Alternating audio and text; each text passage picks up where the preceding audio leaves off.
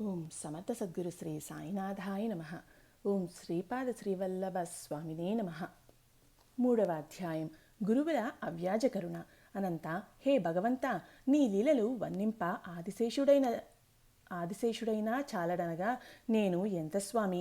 జీవులపై అవ్యాజకరుణను ప్రసరింపచేయుటకై అవతరించిన దేవా, సద్గురుతత్వమును ఈ భూమిపైన స్థాపించి సర్వులకు జ్ఞానమును ప్రసాదించి పునీతులను చేయగల సామర్థ్యము వేరెవ్వరికి గలదు స్వామి.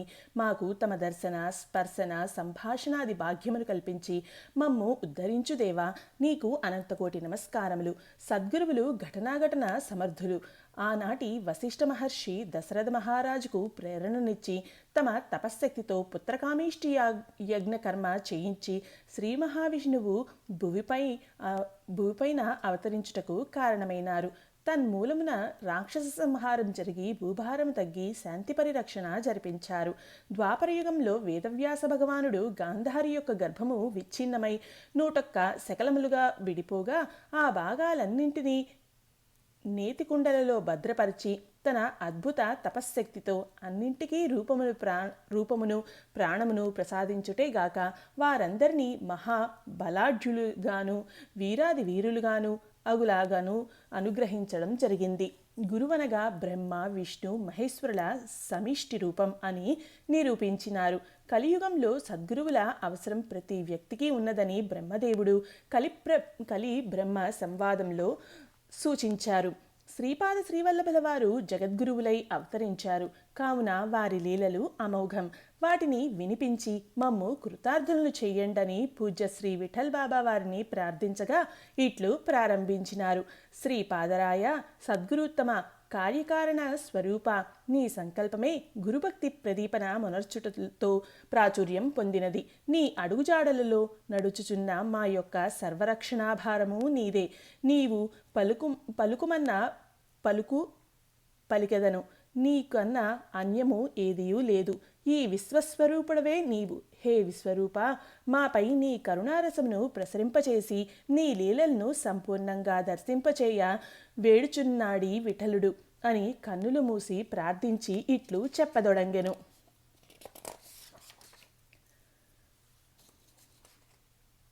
ధార్మికులారా, శ్రీపాదస్వామి వారికి ఆతిథ్యం ఇచ్చిన ఆ బ్రాహ్మణులు ఆనంద పరవశులైరి.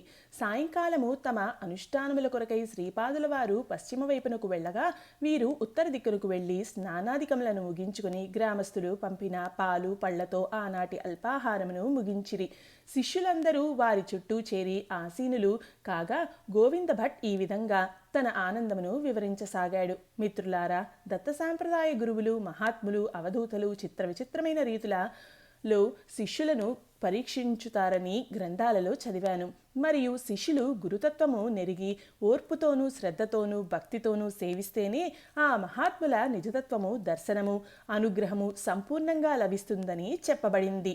శిష్యుడు ఆ విధంగా పరీక్షలకు నిలవలేకపోయినా, ఓర్పు కోల్పోయినా, శ్రద్ధ లోపించిన వారి అనుగ్రహం పొందుట దుర్లభం కాగలదు.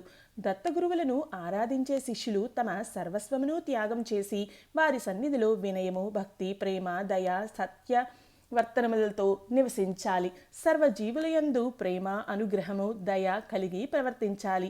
ఈ ప్రకారం సేవించే వారికి గురువుల స్పర్శ ద్వారాను వాక్కుల ద్వారాను దృష్టి ద్వారాను చేయబడే అనుగ్రహం శక్తిపాతమై భక్తుల యొక్క శిష్యుల యొక్క శారీరక మానసిక సమస్యలను నివారించి వారికి రాబోవు విపత్తుల నుండి కూడా రక్షణ కల్పింపబడుతోంది. ఈ సాంప్రదాయ గురువులు లభించుట వారి శిష్యులుగా చేరుట ఎన్నో జన్మలలో చేసుకున్న పుణ్యఫలం వల్లనే సంభవిస్తోంది అని ఎందరో చెప్పగా విన్నాను. మనకు అటువంటి ఏ పరీక్షలు లేకుండా శ్రీపాదస్వామి సాక్షాత్తు దత్తగురువు అద్భుత దర్శనాలు కలిగించారు. నా అంత అదృష్టవంతుడు ఉండడు అనిపిస్తోంది అని గోవింద భట్టుగారు దత్తవాత్సల్యాన్ని కొనియాడారు. అప్పుడు శ్రీ పాండురంగ విఠల భట్టుగారు ఇట్లు ప్రవచించారు. అవును మిత్రమా, నేను కూడా పురాణములందు చదివాను. దత్త సాంప్రదాయ గురువులు శిష్యులను ఉద్ధరించే విధానమే ఒక విశిష్టమైన విధానము. వారు మొదట శిష్యులను ఆర్థికంగాను ఆదిభౌతికంగాను ఆధ్యాత్మికంగాను తీర్చిదిద్దుతారు. తర్వాత వారంతట వారే క్రమంగా ముక్త సంగులయ్యే విధంగా చేస్తారు. ఇంకొక విశేషం ఏమిటంటే దత్త సాంప్రదాయ గురువులు ఎన్ని జన్మలైనా సరే శిష్యులను వెంటనండి కాపాడతారు. ఈ సాంప్రదాయంలో ఒక గురువు వద్ద సేవకుడైన శిష్యునకు ఎక్కడకు పోయినా ఏ గురువునకు నమస్కరించినా స్వీకరించేవాడు శ్రీ దత్తుడేనన్న భావం పటిష్టంగా ఉండాలి. కావున శ్రద్ధతో ఓర్పుతో సమర్థులైన గురువును సేవించి ముక్తిని పొందాలని చెప్తారు. మరి ఒక విశేషం ఏమంటే ఈ సాంప్రదాయంలోని శిష్యులు ఏ గురువునైనా ఏ దేవతనైనా దర్శించినప్పుడు అందులో తమ గురు రూపాన్నే చూచుకుంటారు. వీరిని దత్త సాంప్రదాయకులైన గురువులు సదా రక్షిస్తూ ఉంటారు. ఈ విశేష భావాన్ని అనేక ఇతిహాసాల ద్వారా తెలుసుకున్నాము. ఈరోజు ఆ వాక్యాలు అనుభవంలోనికి వచ్చినాయని సంతోషంతో గొంతు గద్గదం అవుతూ ఉండగా చెప్పారు.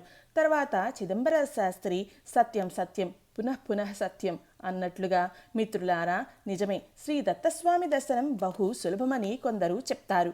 ఆయన కృప దర్శనము బహు దుర్లభమని కొందరు చెప్తారు. ఈ సాంప్రదాయ గురువులు తమ దరిచేరిన శిష్యులను అనుగ్రహించే విధానంలోనే విశిష్టత ఉన్నమాట వాస్తవమే. ముందుగా వారు శిష్యులకు జటిలమైన అంటే బరువైన అర్థం కాని వేదాంతం బోధించరు. వారు చెప్పేవి అనుభవ పాఠాలు, శిష్యుల సమస్యలను బాధలను తీర్చే ఉపాయం చెబుతారు. కానీ ఇల్లు వాకిలి ఆలు బిడ్డలు బంధాలు కావున వాటిని వదిలివేయమని చెప్పరు. ఎవరి బాధ్యత ఎంతవరకు నిర్వహించాలో చెప్తారు. నిర్వహించడానికి శక్తి చాలక బాధపడే శిష్యులకు ధైర్యం చెప్పి నిర్వహింపచేస్తారు. అని కూడా నేను కొన్ని గ్రంథాలలో చదివాను. కొన్ని సమస్యలకు పరిష్కారం సూచించి ముందుకు నడుపుతూ కర్మ సిద్ధాంతాన్ని దానిలోని సూక్ష్మార్థాలను వివరించి బోధించుతారు. అనుభవానికి వచ్చే కర్మలన్నీ జీవుడు పూర్వం చేసుకున్నవే కావున దుఃఖానికి కష్టానికి ఎవరో కారణం అని నిందించేవారి మనస్తత్వాన్ని మార్పు చేస్తారని కూడా చెప్పబడింది. మనకు ఈనాడు కలిగిన దర్శనాలు నిదర్శనాలు మన పూర్వీకుల అనుగ్రహం అంటూ ఆనందపరవశులై చెప్పారు. వారందరూ ఆ విధంగా వారి వారి అనుభవాలను గూర్చి చెప్పుకుపోతూ ఉంటే రామానంద పూజారి గారు తన్మయత్వమును అనుభవిస్తూ ఉన్నారు. తర్వాత మిత్రులారా, ఈ దత్తగురువు మనల్ని అనుగ్రహించిన విధానము మరింత వింతచర్య. కానీ నేను కొందరు సాధువుల ద్వారా తెలుసుకున్నది ఏమిటంటే దత్త సాంప్రదాయ గురువులు శిష్యుని మనస్సు బుద్ధి శుద్ధత్వాన్ని పొంది నిర్మలం అగుటకు ఎన్నో విధాల జాగ్రత్తలు తీసుకుంటారు. శిష్యుడు తన వైపుగా ఒక్క అడుగు వేస్తే గురువు 9 అడుగులు వేసి శిష్యుని చేరదీసుకుంటాడు. అదృశ్యంగా శక్తిపాతం ద్వారా శిష్యుని అంతరంగంలో నిద్రావస్థలోనున్న శక్తిని జాగృతం చేస్తారు. అతని జ్ఞానాన్ని చైతన్యవంతం చేసి పరమోత్తమ జ్ఞానిగా తీర్చిదిద్దుతారు. వారు ఇట్లు చేస్తానని నోటితో చెప్పేదానికన్నా చేసేదే ఎక్కువ ఉంటుంది. ఆధ్యాత్మిక పురోగతిని పొందిన శిష్యుడు తన స్థితికి తన ప్రజ్ఞకు తానే ఆశ్చర్యపోయి ఇది తనలో పనిచేస్తున్న గురుకృప అని గమనించుకోవాలి. లేకుంటే అహంకార రక్కసి కోరల్లో చిక్కుకుంటాడు. సచ్చిష్యుడైతే లోకంలో కీర్తి ప్రతిష్టలు పొందుతాడు. కానీ నాకు ఈనాడు దత్తానుగ్రహం ఇంత సులభంగా లభించింది. ఇదంతా మా పాండురంగ విఠలభట్టు గారి వల్లనేనని నేను అనుకుంటున్నాను. మరియు పండరివాసుడైన విఠల్ని దయవల్లను నన్నీ అదృష్టం వరించింది. ఈ యాత్రలో మీ అందరితో పాల్గొని శ్రీస్వామి దర్శనం పొందగలగడం నా పురాకృత సుకృతమే అన్నారు. ఇలా వారిలో సంభాషణ చేయుచుండగానే శ్రీపాదవల్లభులు అచటకు చేరి తమ ఆసనంపై పవళించారు. అది గమనించి అందరూ విశ్రాంతికి ఉపక్రమించారు. తెల్లవారి స్నానాధికములు పూర్తి చేసుకొని తమ జప అనుష్ఠానములు కావించి వారంతా అక్కడనే తమ భిక్షా కార్యక్రమం పూర్తి చేసుకునిరి. శ్రీపాదస్వామి వారు నిత్యము చేయు రీతిగా తమ అనుష్ఠానములు పూర్తి చేసుకుని భిక్షకు బయలుదేరగా పంచదేవ పహాడ్ గ్రామ పెద్ద రామాచారి గారు స్వామిని తమ ఇంటికి భిక్షకు ఆహ్వానించి భక్తి శ్రద్ధలతో స్వామికి భిక్ష సమర్పించారు. తదుపరి స్వామి దర్బారు ప్రదేశమునకు చేరిరి. గోవిందభట్టు మొదలైన యాత్రికులు కూడా దర్బారు ప్రదేశమునకు చేరుకొనిరి. గోవిందభట్టు మొదలగు వారు శ్రీస్వామితో ఇట్లు విన్నవించుకున్నారు. ఓ దేవాదిదేవా, దివ్య ప్రభావ, రాబోవు పౌర్ణమి దత్తాత్రేయ జయంతి. మాకు మీరే దత్తస్వరూపులు. కావున ఆనాడు మాకు మీరు దర్శనం ఇచ్చిన ఈ దివ్య సుందర ప్రదేశంలో తాము దర్బారు చేయు స్థలమునందే తమకు పాదపూజ చేయు భాగ్యమును ప్రసాదించమని త్రికరణ శుద్ధిగా కోరుచున్నాము. ఇంతటి పర్వదినమున మిమ్ము అర్చించుకొను భాగ్యము మా జన్మకు మరల లభించిన సద్గురురాయ, మా యందుగల వాత్సల్యముతో తమరు మాకు అనుభూతిని ప్రసాదించండి అని మరీ ప్రాధేయపడి కోరుకున్నారు. శ్రీస్వామివారు చిరునవ్వులు చిందిస్తూ ఆశీర్వదించారు. భక్తుల కోరికలను భగవంతుడు కాక మరెవరు తీర్చాలి? వీరి కోరికయు సమంజసముగానే ఉంది. ఇప్పుడు వీరు ప్రారంభింపబోయే ఈ దత్త జయంతి ఉత్సవం అనేక రూపాలుగా ముందు కాలంలో విస్తరించగలదు. అందుకు ఇవి ప్రారంభ ఘడియలు అని వారి సమ్మతిని తెలిపారు. చతుర్దశి రోజున భక్తులంతా కలిసి పంచదేవ్ పహాడ్ పసుపల గ్రామస్తుల సహాయంతో దర్బారు ప్రదేశమంతా పచ్చి ఆకుల పందిరి నిర్మాణం చేశారు.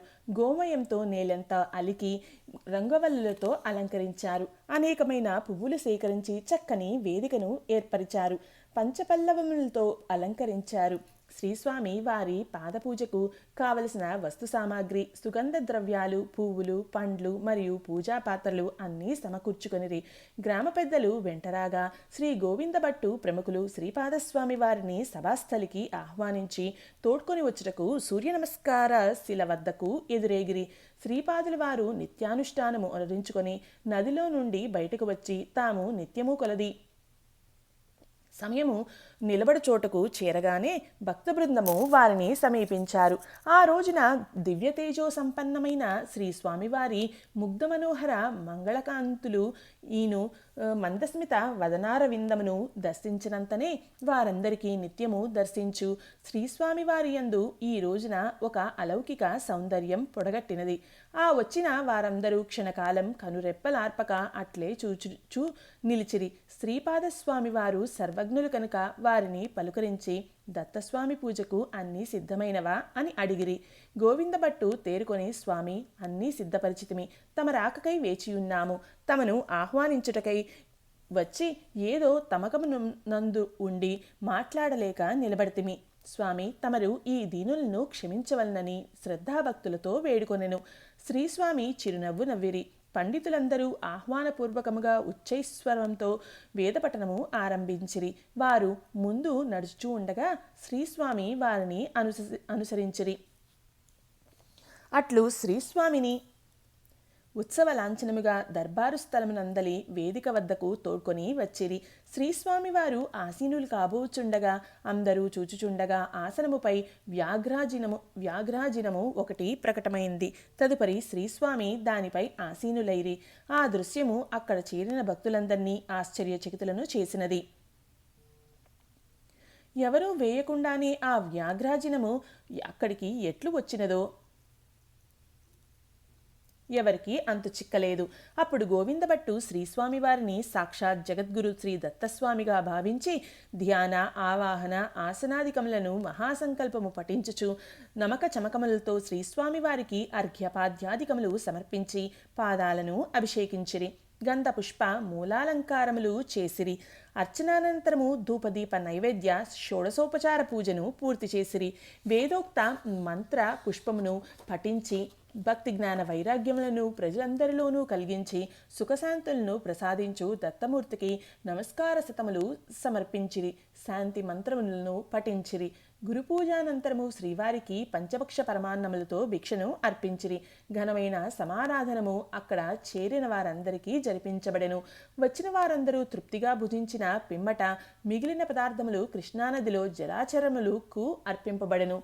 ఈ పూజా కార్యక్రమము మరియు భిక్షా కార్యక్రమములు అనంతరము శ్రీస్వామి వారు అందరికీ ఆశీసులనిచ్చి కురవపురమునకు చేరినారు. గోవిందభట్టు తదితరులు కూడా స్వామివారితో ఆ సాయంత్రం గడపవలయునని నదిని దాటి కురవపురం చేరుకున్నారు. ఆ రాత్రి అంతయు భజన సత్సంగములతో గడిపినారు. దత్త జయంతి ఉత్సవాలు పూర్తి చేయబడినాయి. మరుసటి రోజు యథాప్రకారం శ్రీపాదస్వామి వారు బ్రహ్మముహూర్తంలో నది దాటి భాస్కరబండ చేరుకొని నిత్యానుష్ఠాన కార్యక్రమాలు నిర్వహించారు. గోవిందభట్టు మొదలైన వారంతా స్థానికుల సహాయంతో నది దాటి స్నానాధికాలు చేసి సంధ్యావందనాది నిత్య కార్యక్రమాలు పూర్తి కావించుకొని శ్రీస్వామి ఉన్న ప్రదేశమును చూడగా శ్రీస్వామి వారు ఇంకా ధ్యానంలో ఉన్నట్లు తోచింది. వారికి ధ్యానభంగం కలిగించకుండా అందరూ తిన్నగా దర్బారు ప్రదేశానికి చేరుకున్నారు. అంతకుముందు వారికి కలిగిన దర్శనాలను తలుచుకుంటూ మరల స్వామి అనుగ్రహాన్ని నెమరవేసుకోసాగారు. వారందరూ ఆ విధంగా ఆనందపరవశులై ఉండగా ఆ కూర్చున్న వారిలో ఆంజనేయ శర్మ అను మందబుద్ధి అయిన బ్రాహ్మణ బాలుడు కూడా ఉండెను. యాత్ర బృందము పంచదేవ పహాడుకు చేరకముందే ఆంజనేయ శర్మ ఆ బృందంలో కలిశాడు. ఆ బృందంలో ఒకడిగా వారితో పాటు కృష్ణానదిలో స్నానం ఆచరించి వారిని అనుసరిస్తూ ఉన్నాడు. అందరితో పాటు శ్రీపాదస్వామికి సాష్టాంగ నమస్కారం చేశాడు. వారందరూ శ్రీపాదుల వారి మహిమల గూర్చి వారి కరుణా కటాక్షం గూర్చి ఒకరికొకరు చెప్పుకొనుట వింటున్నాడు. శ్రీస్వామి సాక్షాత్తు దత్తస్వామి అని ప్రశంసించుట విన్నాడు. వారి సంభాషణలోని విషయము వానికి ఏమీ అర్థం కాలేదు. కానీ దత్తగురువులు మహాత్ములు ఆశ్రితుల కర్మను మెల్లగా తొలగించి ఉద్ధరిస్తారని చెప్పుకున్న విషయాలు కొంచెంగా అర్థమైనవి. ఎందుకంటే వాని తల్లి విసుగుతో నా కర్మ కొద్దీ పుట్టావు, నీ కర్మ కొద్దీ చదువు రాకుండా మూర్ఖుడువైనావు అని నిందిస్తూ ఉంటుంది. తన గ్రామంలో ఇరుగు పొరుగు వారు కూడా వీడు పూర్వజన్మలో ఏదో దుష్కర్మ చేసినాడు, అందుకే గాయత్రి మంత్రం కూడా పలుకలేడు, పుట్టడమైతే బ్రాహ్మణ కులంలో పుట్టాడు, ఏం ప్రయోజనం, వీడిది అజాగలస్థనం అంటే మేక మెడ చన్ను వంటి జన్మ అంటూ నిందిస్తూ ఉంటారు. వాడు ఏమి పని చేయడం కూడా చేతకానివాడు. వాని అదృష్టం కొద్దీ ఈ 7 రోజులు ఈ యాత్రా బృందంతో ఉంటూ వారితోటే తింటూ వారి మాటలు వింటూ గడిపాడు. నిత్యము శ్రీపాదస్వామిని దర్శించుకునేవాడు. అదే వాడు చేసిన పుణ్య విశేషం. తదుపరి శ్రీస్వామి అతన్ని ఏ విధంగా ఉద్ధరించారో తెలియగలదు. అచట పాండురంగ విఠలభట్టు మరియు చిదంబర శాస్త్రి ప్రముఖులు వారి శిష్యులకు అర్థమయ్యే రీతిలో స్వామివారి ప్రభావాన్ని వివరించి చెప్పారు. వారు చెప్పే సమయంలో గ్రామస్తులు కూడా కొందరు విన్నారు. అంతలో శ్రీస్వామి తమ అనుష్ఠానము సూర్య నమస్కారములు ముగించుకొని దర్బారు ప్రదేశమునకు వచ్చి చేరినారు. శ్రీస్వామిని చూస్తూనే భక్తులంతా లేచి క్రమశిక్షణతో ఒకరి తర్వాత ఒకరు వచ్చి సాష్టాంగ నమస్కారములు చేసి ఇట్లు చెప్పిరి, స్వామి మీ సన్నిధిని వదలలేక పోవుచుంటిమి అని గోవిందభట్టు దీనంగా పలికెను. స్వామి సన్నిధిలో తాము అనుభవించిన అనిర్వచనీయమైన ఆనందము మరలా ఎప్పుడు లభించునో అని చిదంబర శాస్త్రి పలికెను. పాండురంగభట్టు ఈ విధంగా పలికెను, ఓ కృపానిధి జ్ఞానసాగర, నీ అమృత దృష్టిచే మా పురాకృత సుకృతము ఫలించినది, అద్భుతమైన దివ్యానుభూతిని కలిగించారు. ఈ విధంగా దర్శన స్పర్శన సంభాషణ భాగ్యము పొందగలిగితిమి. మాకు ప్రసాదించిన ఈ దివ్యానుభూతుల స్మృతిని ఎల్లప్పుడూ ఉండునట్లు అనుగ్రహించమని వేడుకొనెను. రామానంద పూజారి ఇట్లు విన్నవించెను, మీ ఆశీస్సులు ఆదేశములు తీసుకొని మేము తిరిగి పోవలసి ఉన్నది. కానీ పోవుటకు మనస్సు రాకున్నది. దయానిధి మమ్మల్ని ఇదే విధముగా సర్వదా రక్షించుము అని వేడుకొనెను. దేవా, మాకు అవసరమగు జ్ఞానమును బోధించి శాంతిని కలిగించి పరమ లక్ష్యమును తెలిపి గమ్యము చేర్చు భారము నీదే తండ్రి అని ప్రార్థించెను. శ్రీపాదుల వారి దివ్య ప్రబోధం. శ్రీపాదస్వామి వారు వారం రోజులుగా ఈ భక్తుల మానసిక స్థితిని అనగా ఆవేదనను ఆనందమును కూడా తెలుసుకుంటూనే ఉన్నారు. ఇప్పుడు వారు స్వస్థానమునకు ప్రయాణమైపోవలసి ఉన్నది. కావున వారి మనసుకు సుస్థిరమైన శాంతి అనుగ్రహించి ఆశీర్వదించి పంపవలసి ఉన్నది. కావున శ్రీస్వామి వారు ఇట్లు వారికి బోధించినారని శ్రీ బాబా గారు వివరణ ప్రారంభించారు. అప్పుడు శ్రీపాదస్వామి ఆ భక్తులను ఉద్దేశించి, ధార్మికులారా, నిజభక్తులారా, ఎంతో కష్టపడి గురుదర్శనమునకు వచ్చినారు. నిజానందమును పొందినారు. మానవ జన్మ సృష్టిలోని సమస్త జీవరాశుల్లోనూ ఉత్తమమైనదిగా చెప్పబడింది. ఎందులకంటే ఈశ్వరుని కరుణను, లీలా విశేషములను గ్రహించుటకు తగిన బుద్ధి, జ్ఞానమును ఈ మనుష్య శరీరంతో ప్రసాదింపబడి ఉన్నది. ఇటువంటి నరజన్మను పొందిన జీవుడు ప్రకృతి యందుగల సమస్త జీవులను గమనించి తన దేహము యొక్క ఔన్నత్యమును గ్రహించవలను. జన్మ మరణముల గురించి తెలుసుకొనవలను. దీనికై అత్యంత జిజ్ఞాసతో అన్వేషించి సరియైన సమాధానము కొరకు వేగిరపడవలను. భగవంతుని నిరంతరం చింతించవలను. అట్లు మనసును బుద్ధిని అంతర్ముఖమనర్చి ప్రార్థన చేయు మానవునికి భగవత్కృప వలన సద్గురు మానవ రూపంలో లభించగలడు. అట్లు లభించిన తర్వాత భగవంతునికి సద్గురు నాకు భేదం ఎంచక ఏమరక స్మరించి ఆ సన్నిధిని అనుభవించుట నేర్వవలెను. గురుని సామర్థ్యమే ఆ భక్తుని ద్వారా సర్వకాల సర్వావస్థల యందును ప్రకటితము కాగలదు. అప్పటి వరకు జీవుడు ఆచరించిన దుష్కర్మల ప్రభావము భస్మీభూతమగును. సకల యోగ సాధన వలన కలుగు లాభము ఆ క్షణమందే ఇట్లు పరిపక్వత నొందిన జీవునకు ప్రాప్తించును. సమర్థ సద్గురుని సన్నిధిని నిరంతరం మానసికంగా అనుభవించే వానికి ముఖ్యముగా క్షమ, శాంతి, విరక్తి, వివేకము, దానం, దయ, శమ, దమాదులన్నీ వేరువేరుగా సాధించే పని లేకనే సహజంగా ప్రాప్తించును. మోహం అనునది దరికి చేరదు. తనలోని మార్పులను తాను గ్రహించినా గ్రహింపకపోయినా అవి సహజం కావున ఇతరులకు ఆ మార్పులు ప్రస్ఫుటంగా కనిపించును. ప్రతి క్షణము తలంపులలోనూ చేతలలోనూ అద్భుతమైన మార్పు కలుగును. మృత్యుభయం నుండి అతడు దూరం అగుచున్నాడు. అటువంటప్పుడు ఈ కనిపించే ప్రకృతిలో ఏ శక్తులు అతన్ని భయపెట్టలేవు. సమర్థ సద్గురుని సేవించే ఉత్తమ సాధకునకు అసాధ్యం అన్నది లేదని నమ్మండి. ఆధ్యాత్మికము, లౌకికములను వేరు చేసి చూడవద్దు. దృష్టిని సద్గురుని యందు లేక భగవంతుని యందు నిలిపినప్పుడు నిర్భయముగా క్షేమముగా లోకయాత్ర జరిగిపోవును. అతడు ఏది సాధించవలనని సంకల్పించినో అది ఎదుట ప్రత్యక్షం కాగలదు. ఆ స్థితిలో దైవ సంకల్పము, మానవ సంకల్పములకు భేదం అన్నది ఉండదు. దైవమే ఈ విధమైన ఉత్తమ మానవుల ద్వారా ధర్మ సంస్థాపనకు సంకల్పించి లోకహితము చేయ ప్రారంభించును. పరమాత్మను నిజముగా యోచించి సర్వ హృదయాంతర్వర్తిగానే ఉన్నాడు అని తెలుసుకొని నమ్మితే చాలు. అంతటా ఆయన దివ్య దర్శనం లభిస్తుంది. దర్శనమే కాదు, ఆ దివ్యశక్తి సాక్షాత్తుగా అక్కడ ప్రకటమవుతుంది. ఆ స్థితిని పొందిన మరుక్షణం భగవంతుని దివ్యవాణి వినిపిస్తుంది. కర్తవ్యం చక్కగా అవగాహనకు వస్తుంది. ఆ పరాత్పరుని శక్తి ఈ శరీరాల ద్వారానే అద్భుత ప్రభావాన్ని ప్రసరింపచేసి సర్వులకు ఉపకారం జరిపిస్తోంది. అటువంటప్పుడు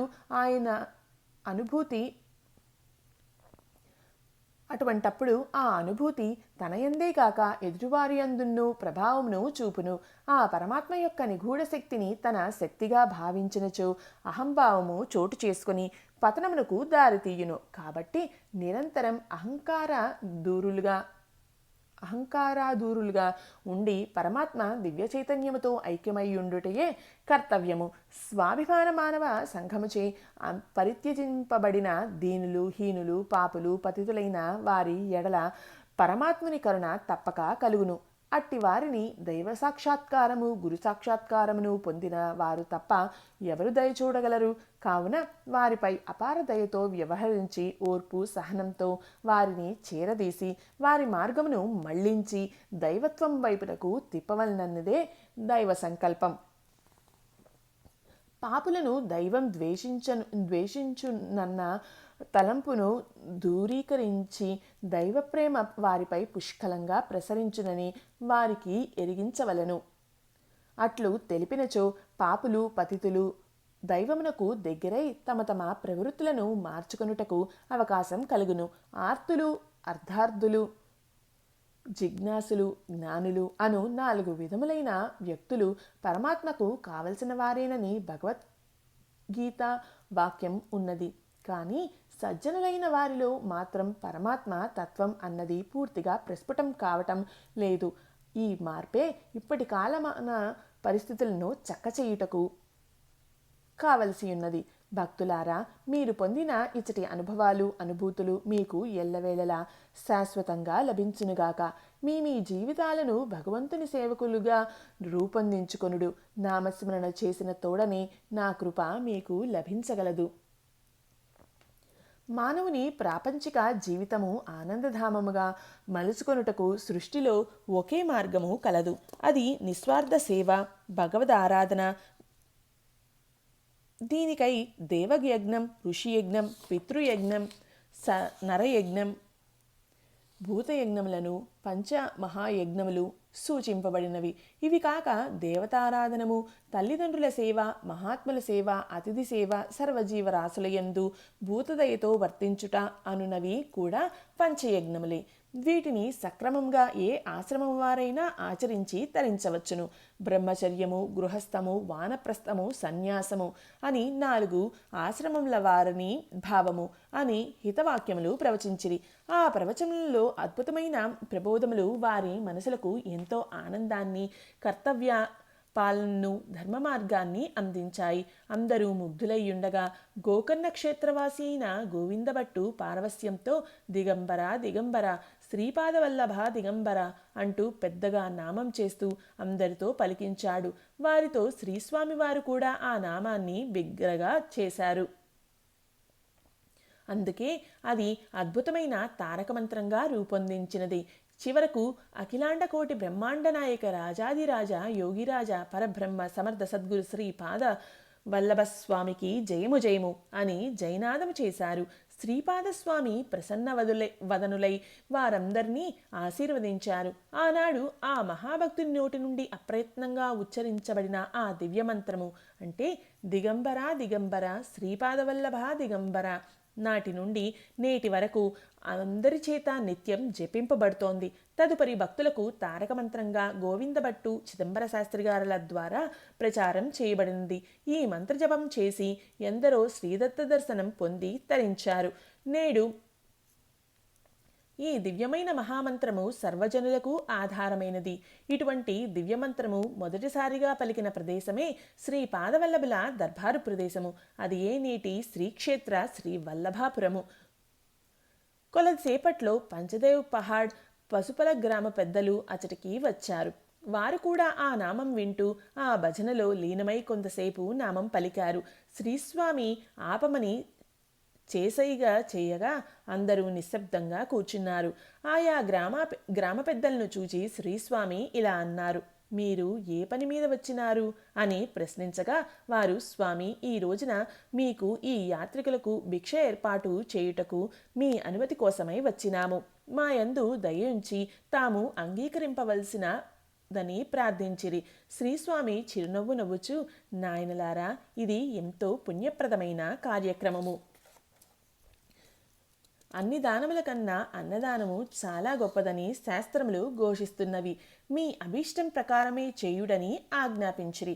ఆ గ్రామంలో వారు ఎనలేని ఉత్సాహంతో కావలసిన పదార్థములన్నీ తెచ్చి వంటలు చేయించి సమారాధన నిర్వహించారు. శ్రీస్వామి వారికి మొదట భిక్ష సమర్పించారు.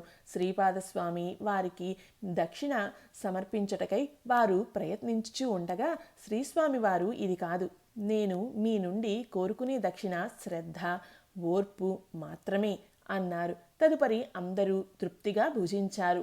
గోకర్ణవాసి అయిన గోవిందభట్టుతో వచ్చిన యాత్రా బృందం శ్రీస్వామి వారికి నమస్కరించారు. పండరీపుర క్షేత్రవాసుడైన పాండురంగ విఠలభట్టు, రామానంద పూజారి వారి శిష్యులు, ఆళంది నివాసి చిదంబర శాస్త్రి వారి శిష్యులు వారి వారి స్వస్థానములకు పోవుటకు శ్రీస్వామి అనుమతిని కోరిరి. శ్రీస్వామి ఆశీస్సులు పొంది అందరూ తిరుగు ప్రయాణం అయ్యారు. శ్రీపాదస్వామితో గడిపిన క్షణాలను, దివ్య దర్శనానుభూతులను మనస్సులో స్మరిస్తూ పరవశంతో వారి నామాన్ని దిగంబర దిగంబర, శ్రీపాదవల్లభ దిగంబర అని నోరారా కీర్తిస్తూ వెళ్ళలేక వెళ్లారు. ఆ సంఘటన వలన పసుపల, పంచదేవ్ పహాడ్ గ్రామస్తులు మరియు పరిసర గ్రామాల వారు శ్రీస్వామి మహత్యాన్ని తెలుసుకోగలిగారు. యాత్రకు వచ్చిన సజ్జనులతో కొంత దూరం నడిచి వారిని సాగనంపారు. ఆ వృత్తాంతమంతా ఈ శ్రీ విఠల్ బాబావారి మనోదృష్టికి గోచరించిందని పలుకుచూ శ్రీపాదస్వామి వారి కరుణచేతనే ఎక్కడెక్కడి వారునూ వచ్చి ఈ కురువపుర దర్శనం చేసుకున్నారు. ఇప్పుడైనా ఎప్పుడైనా ఆ స్వామివారి అనుగ్రహం లేనిదే ఎవరూ ఈ గడ్డపైన అడుగిడలేరు అనగా ఎవరు రాగలిగినారో వారిపై స్వామివారి అపారకరుణ ఉన్నదని గ్రహించుకోవాలి. అందుకే క్షేత్ర దర్శనానికి వచ్చిన భక్తులను ప్రేమతో ఆదరించాలని చెప్పి బోధించినారు. శ్రీస్వామివారు భౌతిక ధనమును ఏనాడు ఆపేక్షించలేదు. వారి వారి మనోభావాలని దక్షిణగా స్వీకరించారు అంటూ శ్రీ బాబాగారు వివరించగా అందరం జై జయనాదములు చేసినాము.